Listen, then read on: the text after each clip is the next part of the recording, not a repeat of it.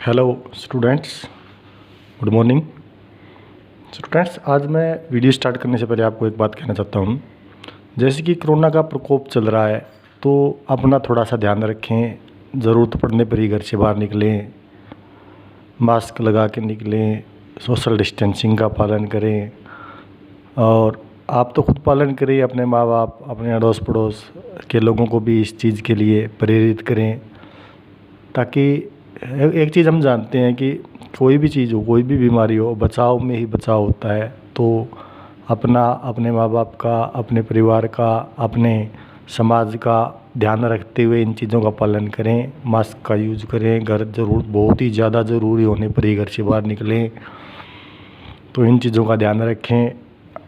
Study के लिए school भी जाना हो तो बहुत ही ज़्यादा ज़रूरी होने पर ही आप स्कूल जाएं। फ़ोन के द्वारा संपर्क कर लें अध्यापक के। तो इन चीज़ों का ध्यान रखें।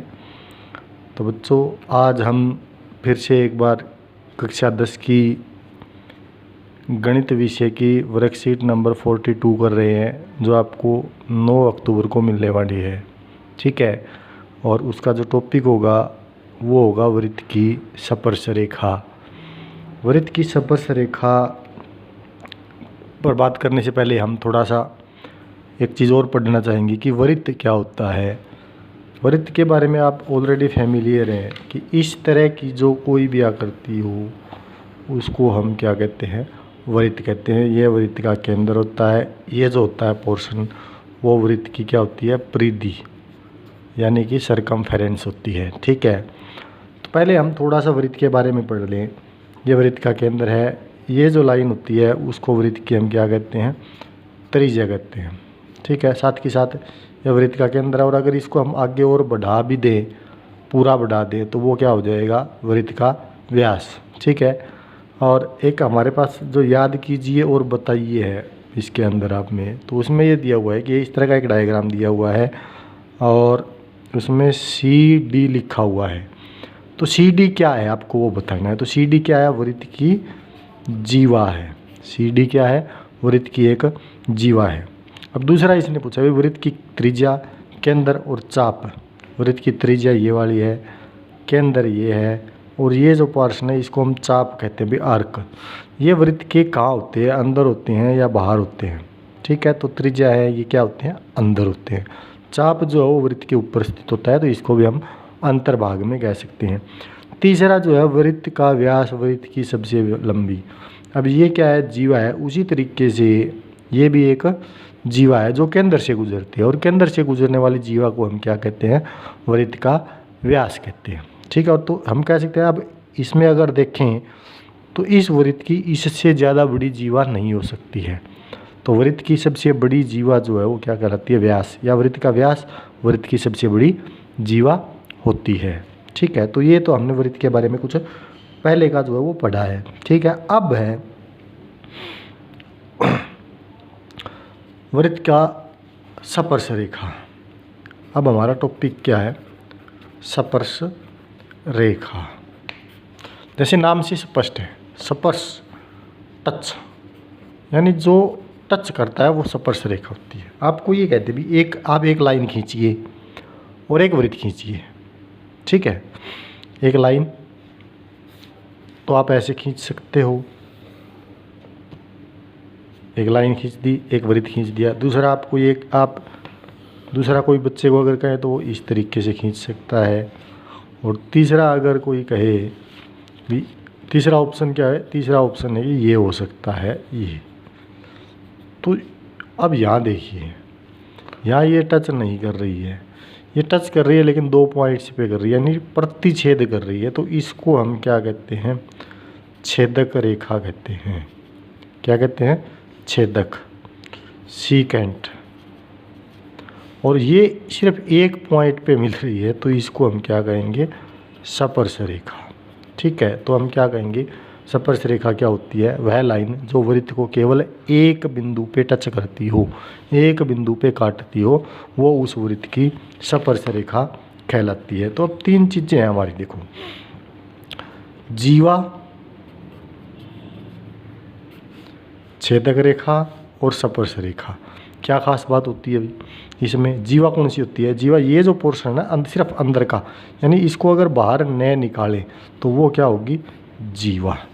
ठीक है, तो जीवा कितने पॉइंट्स पे काटती है अभी इस वृत्त को? 2 बिंदुओं पे प्रतिच्छेद करती है। छेदक रेखा भी 2 बिंदुओं पर प्रतिच्छेद करती है और ये 1 बिंदु पर प्रतिच्छेद करती है स्पर्श रेखा। ठीक है, दूसरा मेन इन तीनों के अंदर क्या है अभी? ये वृत्त के अंदर होती है, ये कुछ अंदर होती है कुछ बाहर होती है, और ये क्या होती है? वृत्त के बाहर स्थित होती है। जीवा जो है वो केंद्र से होकर गुजर सकती है, ये भी केंद्र से होकर गुजर सकती है, लेकिन ये केंद्र से होकर के नहीं गुजर सकती है। तो ये बेसिक से अंतर है जीवा, छेदक रेखा और स्पर्श रेखा के बारे में। ठीक है, स्पर्श रेखा के बारे में मेरे ख्याल से आप समझ गए होंगे। ठीक है, तो अगला जो टॉपिक है वो बाद में करेंगे हम।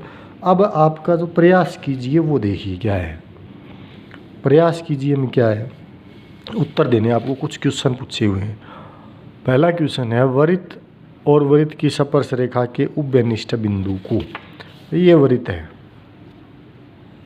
पहला, ये आपका सर्कल है और ये इसकी स्पर्श रेखा है, तो ये इसका उभयनिष्ठ बिंदु है। अभी इसको हम क्या कहते हैं? क्या कहते हैं? स्पर्श बिंदु, टचिंग पॉइंट। ठीक है, तो पहला क्वेश्चन का आंसर क्या होगा? टचिंग पॉइंट या स्पर्श बिंदु। एक वृत्त की कितनी स्पर्श रेखाएं बना सकते हो? अब ये वृत्त है, इसकी कितनी स्पर्श रेखाएं खींच सकते हैं? अभी कितनी खींच सकते हैं? 2 नहीं, 3 नहीं, 4 नहीं, 5 6 7 8 9 10 11, कितनी सारी खींच सकते हैं?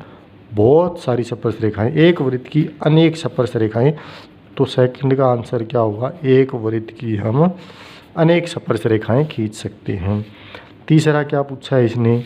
एक चित्र द्वारा वृत्त की छेदक रेखा और स्पर्श रेखा में अंतर स्पष्ट कीजिए। छेदक रेखा बना दीजिए। अभी यह वृत्त है और इसकी एक छेदक रेखा खींच दीजिए, ये छेदक रेखा है, चित्र द्वारा समझाना है। दूसरा ये क्या है? एक पॉइंट पे टच कर दिया, तो ये क्या है? स्पर्श रेखा। ये क्या है? छेदक रेखा, चित्र के द्वारा हो गया। फोर्थ जो पार्ट है उसमें आपको सत्य असत्य बतानी है।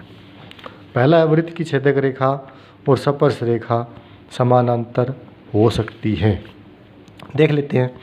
छेदक रेखा, ये छेदक रेखा है अभी, और यहाँ से हम एक लाइन खींचे वो स्पर्श रेखा, तो ये दोनों या यहाँ से भी खींच सकते हैं। ये क्या है? स्पर्श रेखाएं हैं, सॉरी समानांतर हैं। तो वृत्त की एक छेदक रेखा और एक स्पर्श रेखा क्या हो सकती है? समांतर हो सकती हैं। वृत्त की स्पर्श रेखा 2 बिंदुओं पर स्पर्श करती है। बताइए, वृत्त की स्पर्श रेखा कितने बिंदुओं पर स्पर्श करती है? कितने पे? 1 पे। तो ऑब्वियस सी बात है, एक बिंदु पे स्पर्श करती है, 2 बिंदुओं पे स्पर्श नहीं कर सकती। अगर 2 बिंदुओं पे टच भी कर देगी तो वो छेदक रेखा होगी, न कि एक स्पर्श रेखा। ठीक है, तो बेटा ये थे आज की हमारी वीडियो। उम्मीद है समझ आई होगी। समझ आए तो लाइक कर देना, अपने दोस्तों के साथ शेयर कर देना और चैनल को सब्सक्राइब अवश्य कर दें।